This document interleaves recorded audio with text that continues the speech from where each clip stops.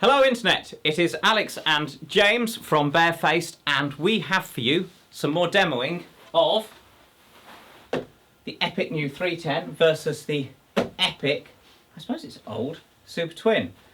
We launched this in 2014? It was definitely out in 2014, maybe 2013, I can't remember, but we can't better it. It's fantastic. So that's our 12XN model. That's a 10CR model. They sound different, not because they're 12s and 10s, but because the goal was for them to sound different, and they ended up being 12s and 10s, respectively, to hit the goal we were going for. So we didn't make a 12-inch cab to be a 12-inch cab or a 10-inch cab to be a 10-inch cab. We wanted one speaker to be as clean and accurate as possible, and the best way to do that turned out to be a 12-inch driver. But it could have been a 15, it could have been a 6, it could have been, yeah, all manner of things.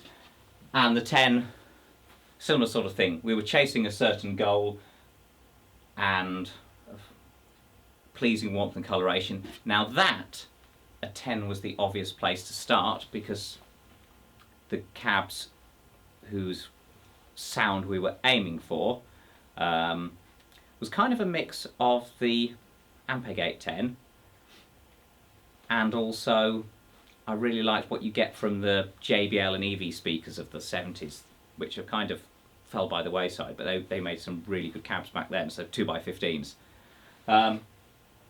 Yeah, it's fatter, it's warmer. You prefer it, don't you? I do, yeah. Yes. I don't, but there we go.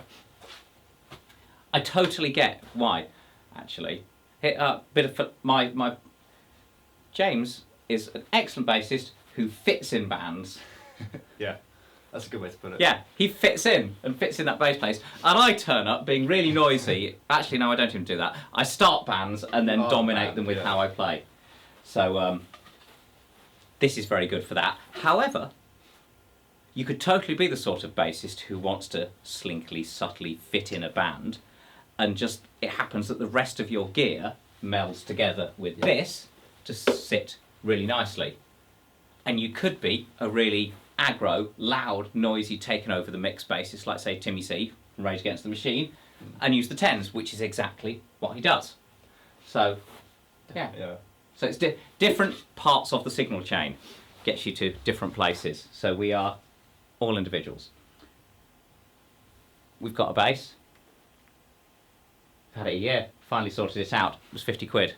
That's pounds. That's like $55, $60. Yeah. Or 55 euros. I don't know. Roughly. Yeah.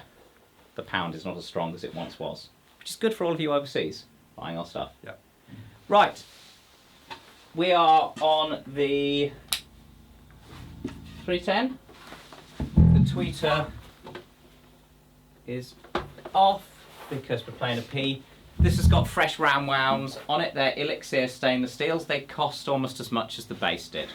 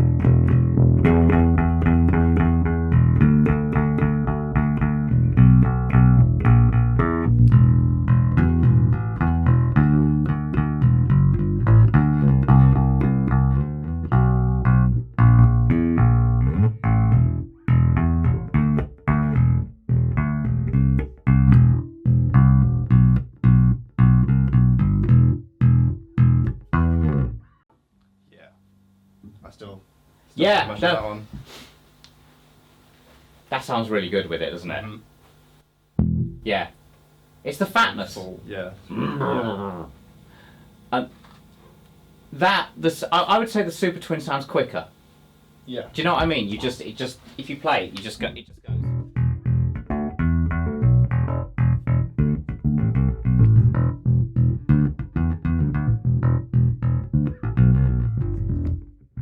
Yeah. It's the Super Twin's definitely got more immediacy, stop, start, Yeah. and I'm a very rhythmic player, so maybe that's the other reason I like the 12XNs. And I don't like valve amps. I like solid state amps because I want my sound to stop and start. I spend, ironically, like 99% of my bass playing time playing an acoustic bass at home. Then I turn up in band practices and proceed to use this enormous pedal board down here and this big rig and that bass over there.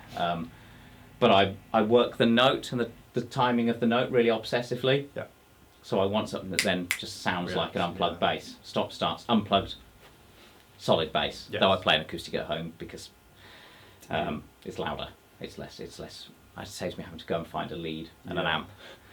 The irony of running an amp company. That's wicked. Shall we try? Shall I have a go?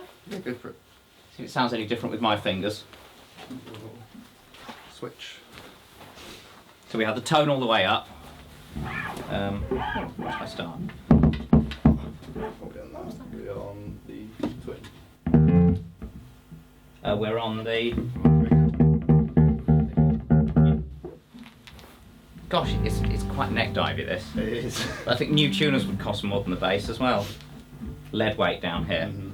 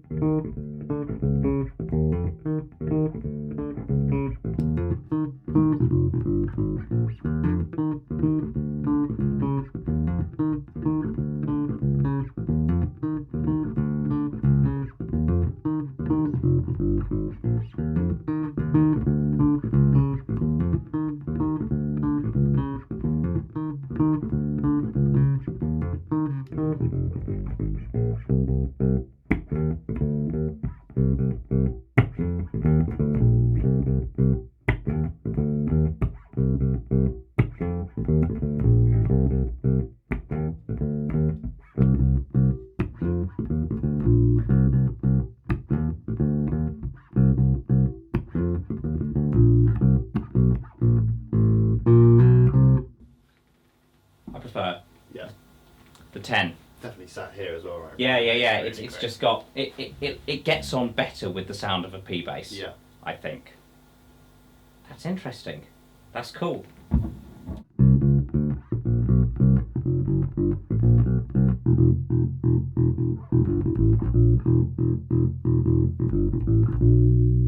Bit of dirt, bit of dirt, bit of dirt, a little bit of dirt. That's not a little, that's quite a lot.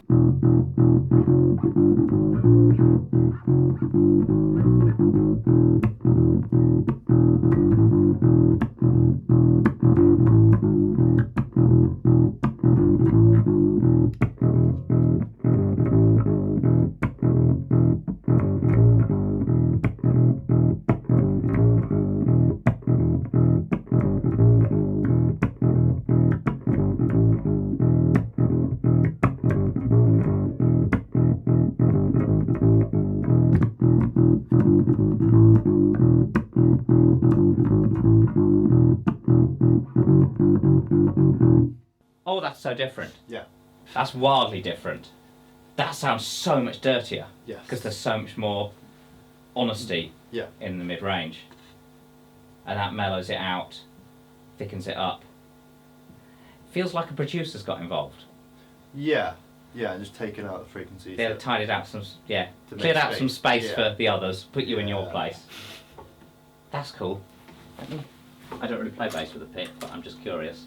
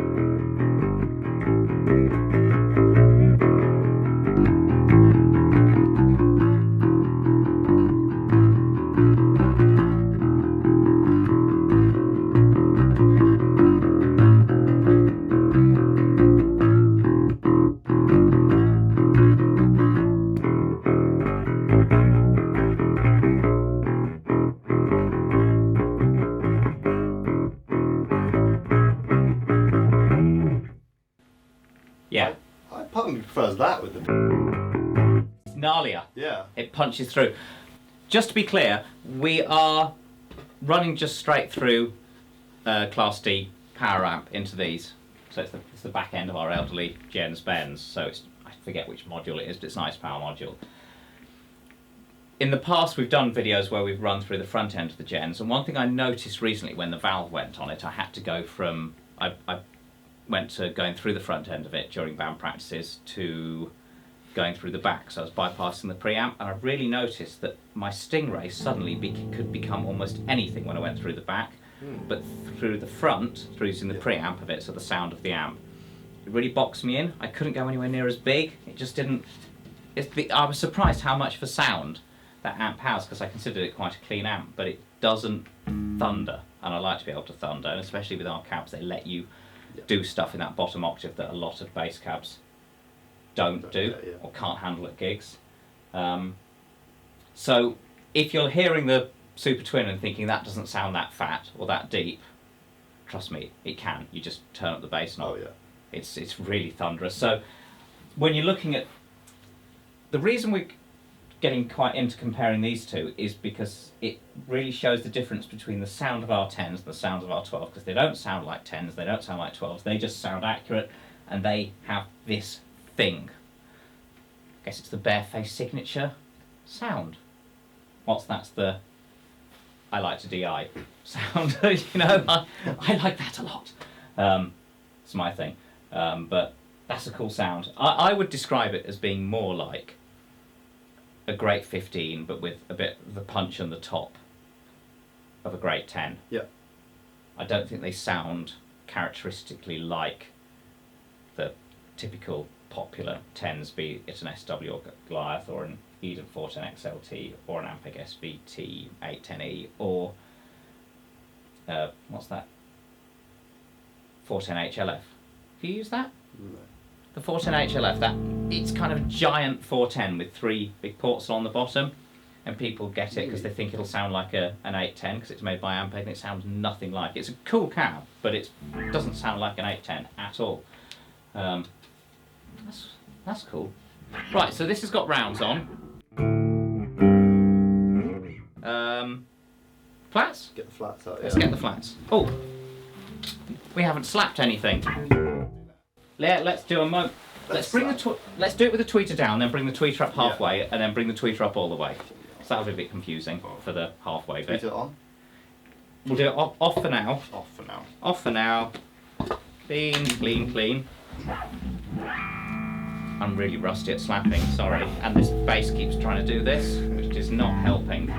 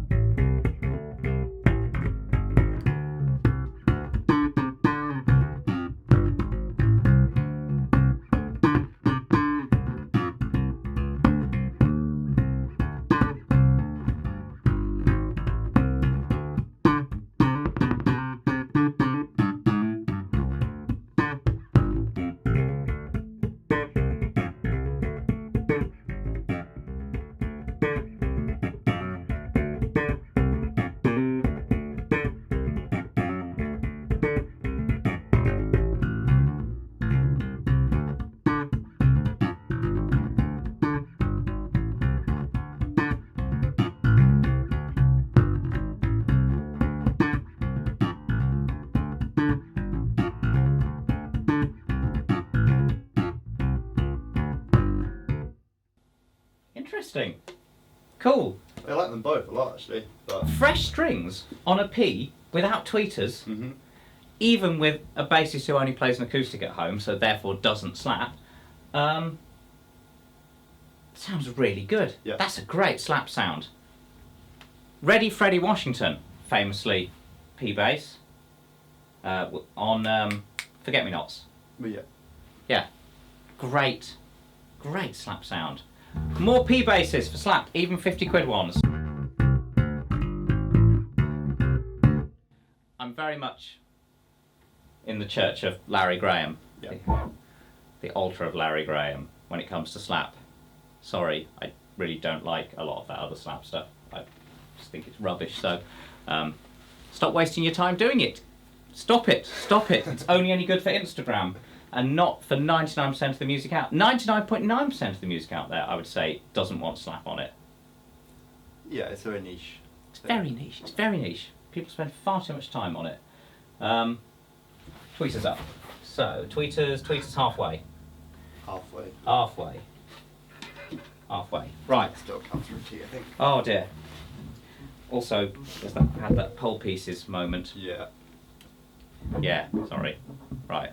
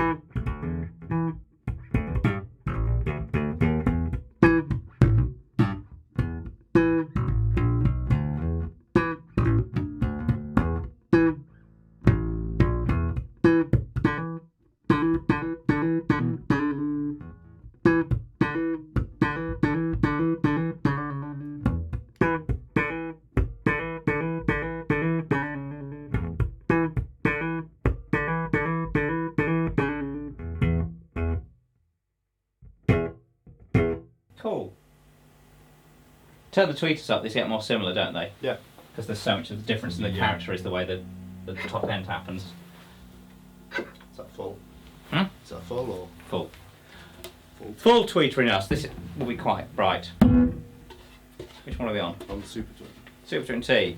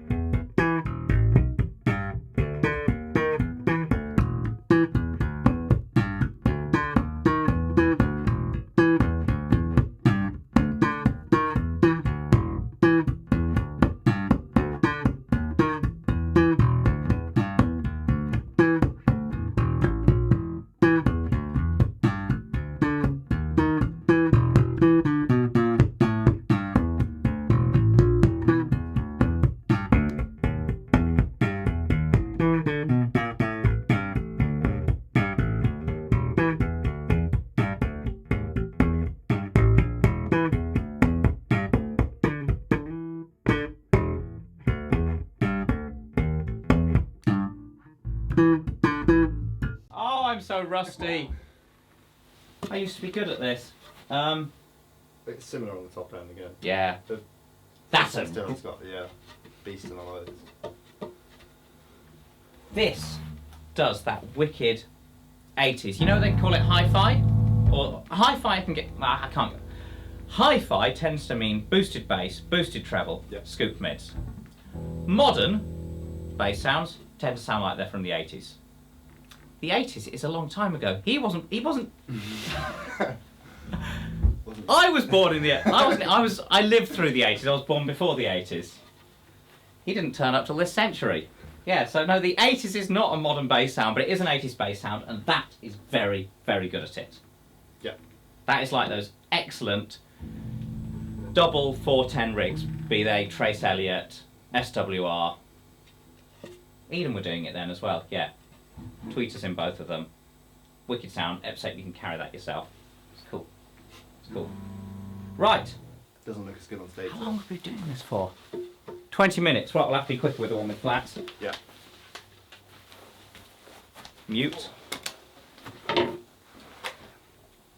So, from the L... Do you want to start on that? Yeah, Sure. Have the bass. I've monopolised it again. I do this. Oh, someone's playing it. Right. Oh, this is right.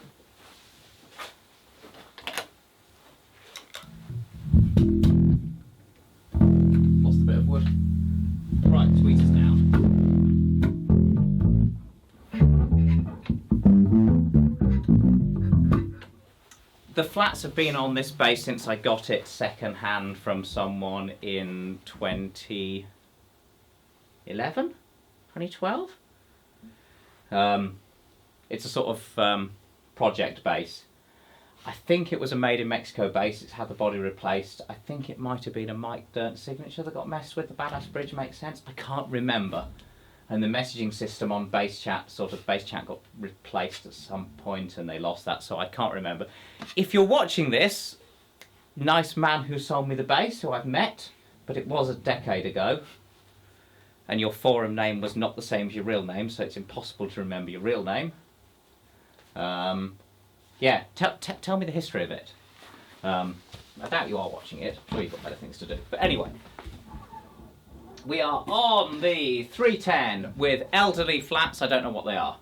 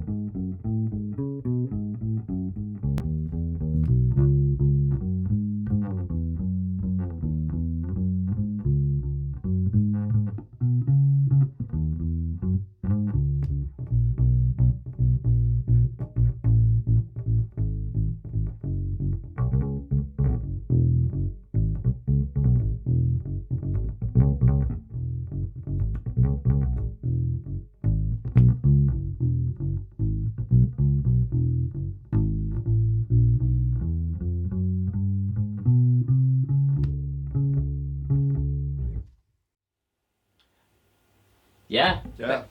They're much more similar Yeah. without the complexity that's added in the mid-range from Yes. having the round wounds, and the round wounds have got so much more top end, especially the fresh stainless steel ones. So you really hear the difference in the top end between the two of them. Yeah. I feel playing flats through these two. Yeah. So this is a good comparison for any of our cabs, any of our range. Playing flats through either the 12XN or the 10CR, if you're running clean and flats, Yeah.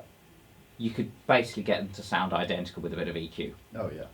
That is what I'd say. I think if you're putting more energy in the mid-range and treble, so either round wounds, brighter basses, even fresh flats, Yeah. Which some people do, like Steve Harris, because they presumably get their strings for free. Or dirt, if you're putting dirt in, so flats into overdriven stuff, if you're pushing into a valve amp and overdriving it, or you're pushing pedals with flats, which, isn't unheard of, then you're going to hear more of a difference. Pick. Can try it with a pick. Yeah. Because flats on a pick is very much a thing.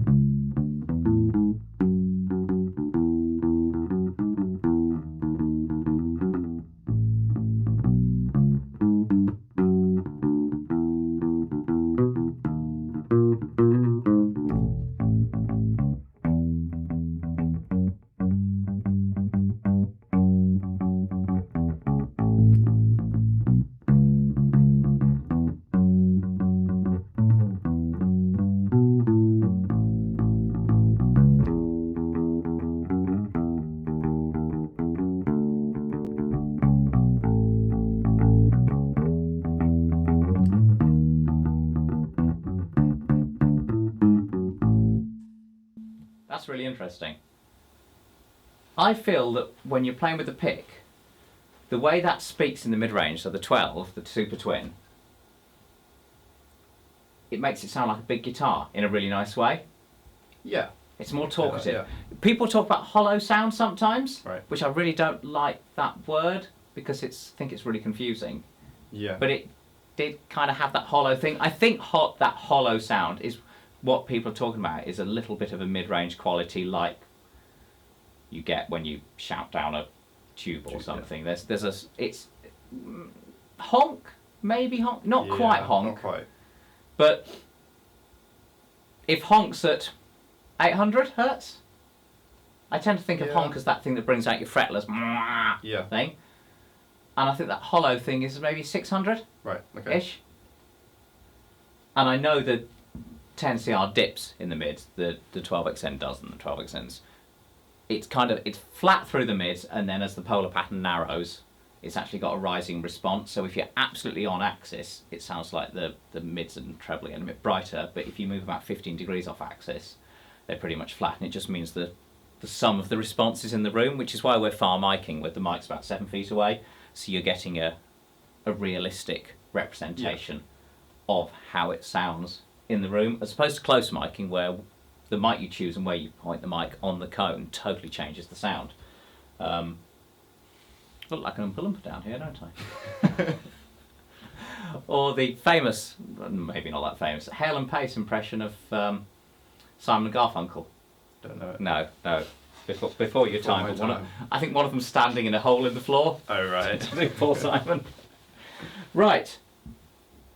I don't think we need to do any more with that. No. Oh, let me have a go at... Hang on, I just have a thought. Not that this is normally a...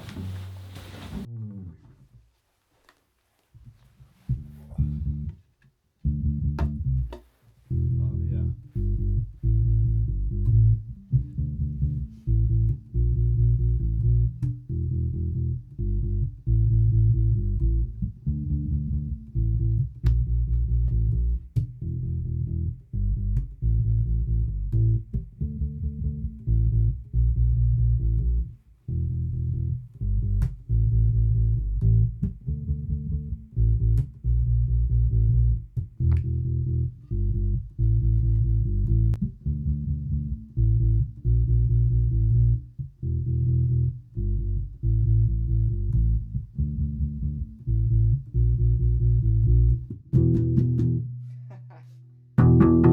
Doesn't sound right on this bass.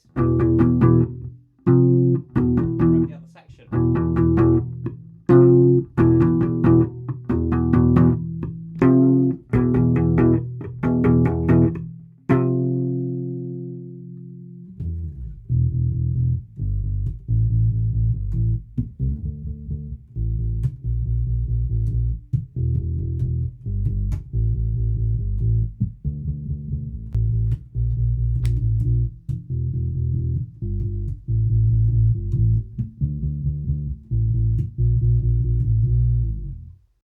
Very similar, aren't they? Yeah. Yeah. Right, so if you want to play reggae, dub, or whatever, it's just about output. We've come to a conclusion. There's a head down there. They're awesome, and they do different things. So, yeah, if you want to know what the conclusion is, you'll have to watch the video. Sorry, it's half an hour long. But if you're thinking of a Bareface 10 or 12, or the 310 specifically, or the Super Twin specifically, this and the other videos that we are doing at the moment may help you. We're done. Yep. Let's go and have some lunch. Thank you. Goodbye. See you next time.